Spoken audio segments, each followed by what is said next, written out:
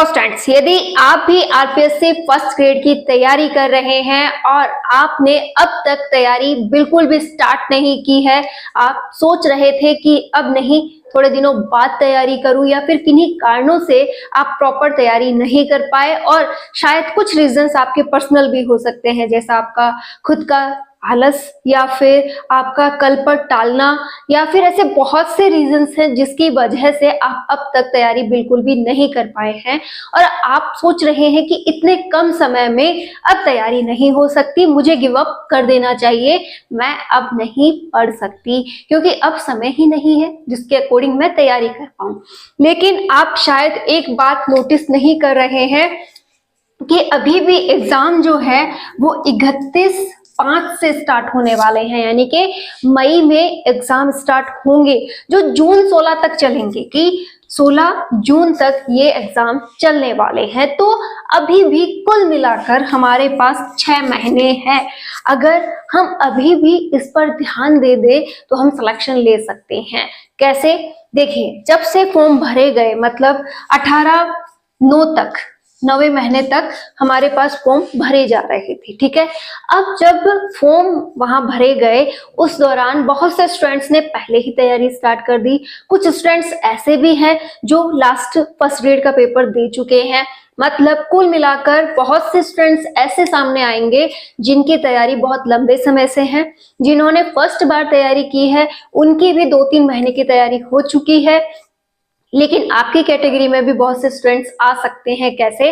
कि हाँ, हम अब सोच रहे हैं और अब तैयारी करना चाहते हैं। तो ये 6 महीने आपके लिए बहुत ही इंपॉर्टेंट हो सकते हैं। कैसे?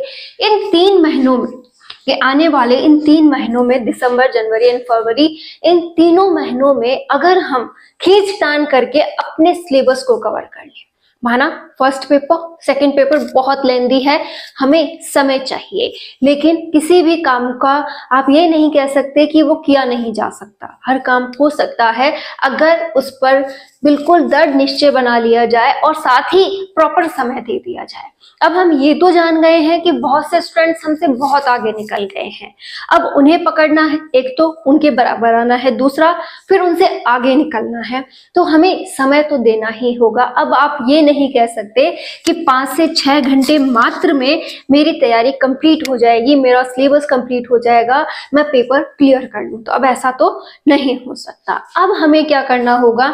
उनके मुकाबले यहाँ डबल समय देना होगा। जैसे आप मिनिमम 10 से 12 घंटे का समय अगर आप देते हैं तो आप अपनी तैयारी को सुनिश्चित कर सकते हैं। मिनिमम 10 घंटे तो आपको देने ही होंगे इन 6 महीनों में। 10 घंटे की पढ़ाई से आप 3 महीनों में अपने सिलेबस को खींच सकते हैं। शर्त ये रहे कि आप पूरे फोकस के साथ, पूरे ध्यान के साथ पढ़ाई करें। जब आप अपने टारगेट को अचीव करेंगे कि 3 महीने में मैंने सिलेबस को बहुत अच्छा खींच लिया है, मेरा सिलेबस अच्छे से कंप्लीट होने वाला है, और इसके लिए आपको प्रॉपरली अच्छी बुक लिस्ट चाहिए। आप देखो, क्लासेस नहीं ले सकते। आप अगर सोचें कि हाँ मुझे अब कोई कोचिंग ऑनलाइन या ऑफलाइन ज्वाइन कर लेनी चाहिए, तो मैं कहूँगी उसमें आपका समय व्यर्थ जाएगा। इससे अच्छा ये है कि आप सेल्फ स्टडी करें, अच्छी बुक लिस्ट वगैरह अपने पास लें, नोट्स लें, उनसे जितनी बार हो सके अच्छे से रिवाइज करते हुए तैयारी करें। साथ में आप टेस्ट सीरीज जरूर ले सकते हैं, क्योंकि टेस्ट सीरीज हमारी एनालिसिस के लिए जरूरी है। हमने जो पढ़ा उसका पूरा मतलब निचोड़ हमारे सामने आता है कि कितना अच्छा पढ़ रहे हैं।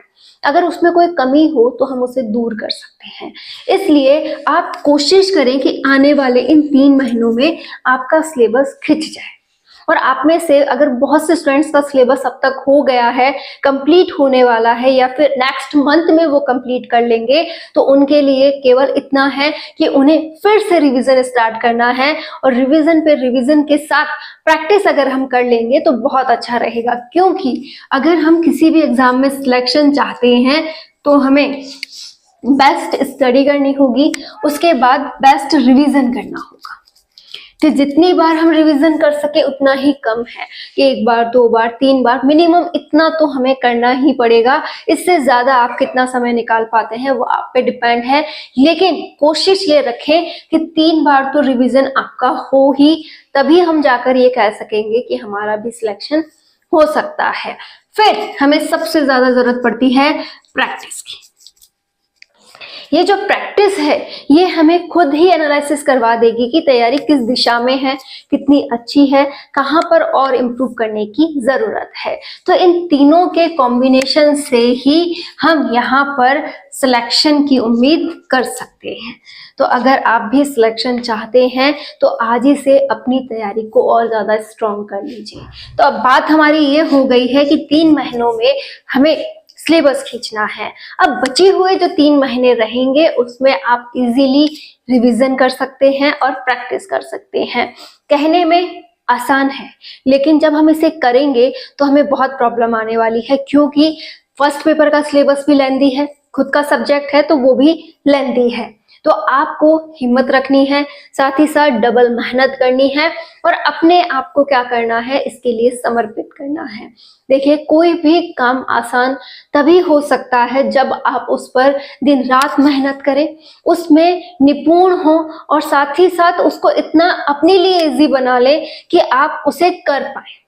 तभी आप किसी भी टॉपिक पर ये कह सकते हैं कि आप उसके मास्टर हैं। चाहे आप किसी भी फील्ड में चले जाइए, अगर आप कहें कि वो सिलाई बहुत अच्छा करती है तो उसने उस काम को करते हुए एक वक्त दिया है, ठीक है। या फिर आप कहें कि वो जो व्यक्ति है वो इंजीनियर बहुत अच्छा है, तो उसके लिए क्या किया है, उसने बहुत साल दिए हैं, बहुत मेहनत उस फील्ड में कर ली है।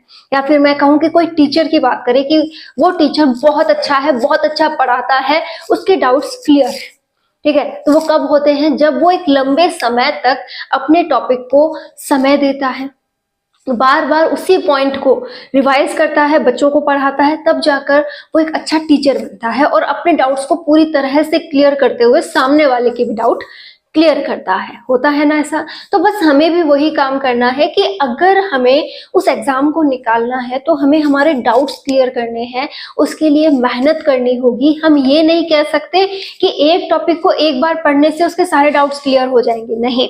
आपको उस टॉपिक पर जितनी ज्यादा हो सके मेहनत करनी होगी, वक्त वक्त पर उसे रिवाइज करना होगा, अपने अकॉर्डिंग उसे ढालना होगा, तब जाकर वो कंप्लीट होता है।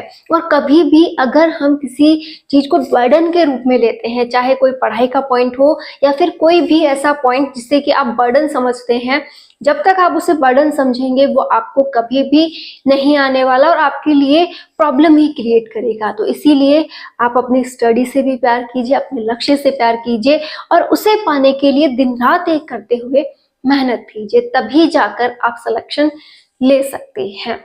All the best.